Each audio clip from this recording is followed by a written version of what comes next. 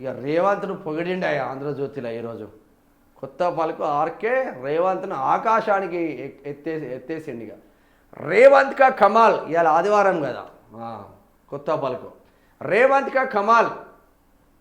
Bihar assembly ఎన్నికల్లో Congress party దాదాపు మట్టి కరిచిన తెలంగాణలోని జుబ్లీహిల్స్ ఉప ఎన్నికల్లో భారీ మెజార్టీ సాధించడం ద్వారా రాజకీయాలు చేయడంలో తాను ఆరితేరానని రేవంత్ రెడ్డి రుజువు చేసుకున్నారు. కాంగ్రెస్ పార్టీకి ఓటమి తప్పదని, అదే జరిగితే పార్టీలో ప్రభుత్వంలో రేవంత్ బలహీన పడతారని చాలా మంది భావించారు. ఈ నేపథ్యంలోని ముఖ్యమంత్రి రేవంత్ తనలోని రాజకీయ చతురతను ప్రదర్శించారు. ఎన్నికల షెడ్యూల్ వెలువడక ముందే మజ్లిస్ పార్టీతో అవగాహన కుదుర్చుకున్నారు. ఆ పార్టీ సూచన మేరకు నవీన్ యాదవ్కు పార్టీ టికెట్ ఇవ్వాలని చెప్పి కాంగ్రెస్ అధిష్టానాన్ని ఒప్పించారు. తాము సూచించిన అభ్యర్థికే కాంగ్రెస్ పార్టీ టికెట్ ఇవ్వడంతో మజ్లిస్ పార్టీ ఈ ఎన్నికల్లో గట్టిగా పనిచేసిందన్నారు. అదే సమయంలో ఈ నియోజకవర్గంలో ఆంధ్ర మూలాలున్న ఓటర్లు కూడా చెప్పుకోదగిన సంఖ్యలో ఉన్నారు. దీంతో ఎంత అనేది రాయరీనే, ఆంధ్ర మూలాలు చెప్పుకోదగ్గ సంఖ్యలో ఉన్నారు. ఎంత అనేది రాయడు పాపం. ఎక్కువంటే రాస్తాడు, తక్కువ ఉంటే చెప్పుకోదగ్గదని రాస్తారు. అది ఆంధ్రలో తెలివి. దీంతో ఆ వర్గం ఓట్లపై సీఎం దృష్టి పెట్టారు. వారందరూ తెలుగుదేశం పార్టీ అభిమానులు అయినందున అటు నుంచి నరక్కొచ్చారు. జగన్మోహన్ రెడ్డి అధికారంలో ఉన్నప్పుడు చంద్రబాబును జైల్లో పెట్టడాన్ని నిరసిస్తూ హైదరాబాద్లో తెలుగుదేశం పార్టీ అభిమానులు ప్రదర్శన నిర్వహించినప్పుడు అప్పటి మంత్రి కేటీఆర్ హేళనగా మాట్లాడడాన్ని రేవంత్ రెడ్డి గుర్తు చేయించారు. బీఆర్ఎస్కు ఓటు వేస్తే జగన్ రెడ్డికి బలం చేకూర్చినట్టేనని ఆంధ్ర మూలాలున్న ఓటర్లను విస్తృతంగా ప్రచారం చేయించారు. ఇక కాంగ్రెస్ పార్టీలోకి కొత్తగా వచ్చి ముఖ్యమంత్రి అయిన రేవంత్ పార్టీ పైన, ప్రభుత్వం పైన పట్టు సాధించడం ఆషామాషి విషయం కాదు. ఆయన సీఎం కావడమే పెద్ద విజయం. ఈ 2 ఏళ్లుగా తనను ఎవరు ఎన్ని విధాలుగా విమర్శించినా, హేళన చేసిన రేవంత్ ఆవేశపడలేదు. అవకాశం కోసం రేవంత్ ఎదురు చూస్తూ వచ్చారు. జుబ్లీహిల్స్లో ఓడిపోయి ఉంటే రేవంత్ ప్రభుత్వం కూలిపోయి ఉండేదని చెప్పలేం. కాకపోతే పార్టీలో, ప్రభుత్వంలో ఆయన పరిస్థితి మరింత బలహీనపడేది. పార్టీలోని ఆయన ప్రత్యర్థులు కూడా జూలు విధించేవారు.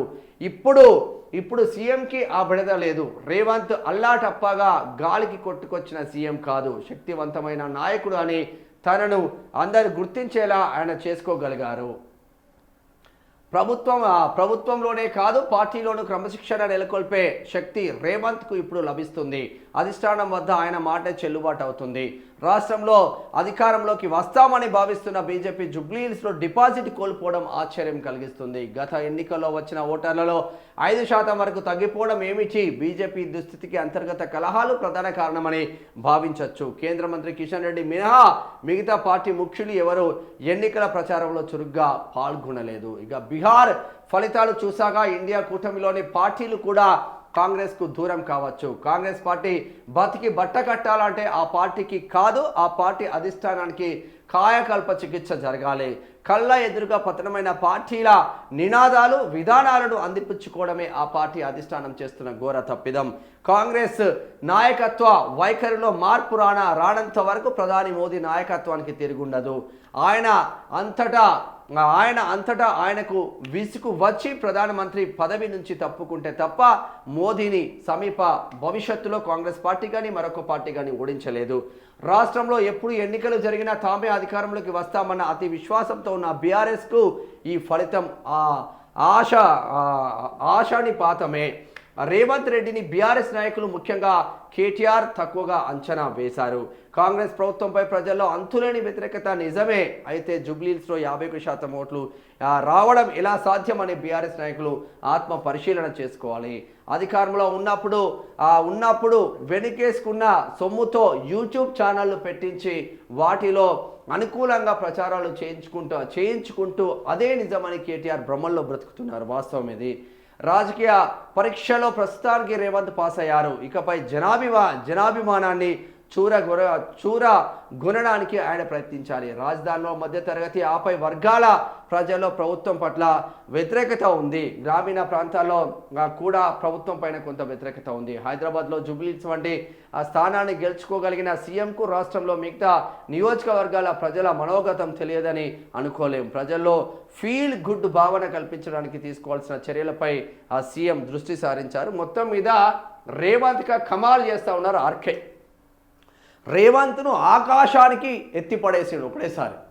అంటే వీళ్ళ ఇప్పుడు ఆంధ్రజ్యోతి కానీ ఈనాడు కానీ ఇదే పని. మొన్నటి వరకు కేసీఆర్ అధికారంలో ఉన్నప్పుడు కేసీఆర్ సీఎం కాదు, కేసీఆర్ పీఎం కావాలని చెప్పింది ఏ పత్రికలు. కేటీఆర్ అటువంటి లీడర్లు ఈ ప్రపంచంలో లేరు, ఈ దేశంలో లేరు అని చెప్పింది ఇవే పత్రికలు.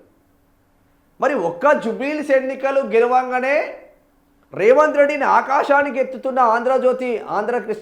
రాధాకృష్ణ మరి నిజంగానే మొన్న జరిగిన ఏదైతే గ్రాడ్యుయేట్ ఎమ్మెల్సీ ఉంటుందో, టీచర్ ఎమ్మెల్సీ ఉంటాయో, రెండు కరీంనగర్, ఉమ్మడి కరీంనగర్ కానీ, ఉమ్మడి మెదక్ కానీ, ఉమ్మడి ఆదిలాబాద్ కానీ, ఉమ్మడి నిజామాబాద్లో ఒకటి టీచర్ ఎమ్మెల్సీ, ఒకటి గ్రాడ్యుయేట్ ఎమ్మెల్సీ, రెండు కూడా బీజేపీ గెలిచింది. అక్కడ బీజేపీ గెలిచింది. అంజిరెడ్డి ఒకటి graduate MLC, Malka Kumaraiah teacher ఎమ్మెల్సీగా గెలిచింది. ఇక్కడ ఉమ్మడి నల్గొండ, ఉమ్మడి ఖమ్మం, ఉమ్మడి వరంగల్లో ఈడ కూడా కాంగ్రెస్ గెలవలే, టీఆర్ఎస్ గెలవలే, బీఆర్ఎస్ పోటీలనే లేదు. అక్కడ శ్రీపాల్ రెడ్డి గెలిచింది. మరి అప్పుడు ఇటువంటి వార్తలు రావు, ఓడిపోతే ఇటువంటి వార్తలు రాదు, 10 ఓడిపోయినా కూడా ఇటువంటి వార్తలు రావు. ఒక్కటి గెలిస్తే మాత్రం ఆకాశానికి ఎత్తుతాయి రైలు. ఎంత తీసుకున్నారో పాపం కొత్తపల్లి కోసం.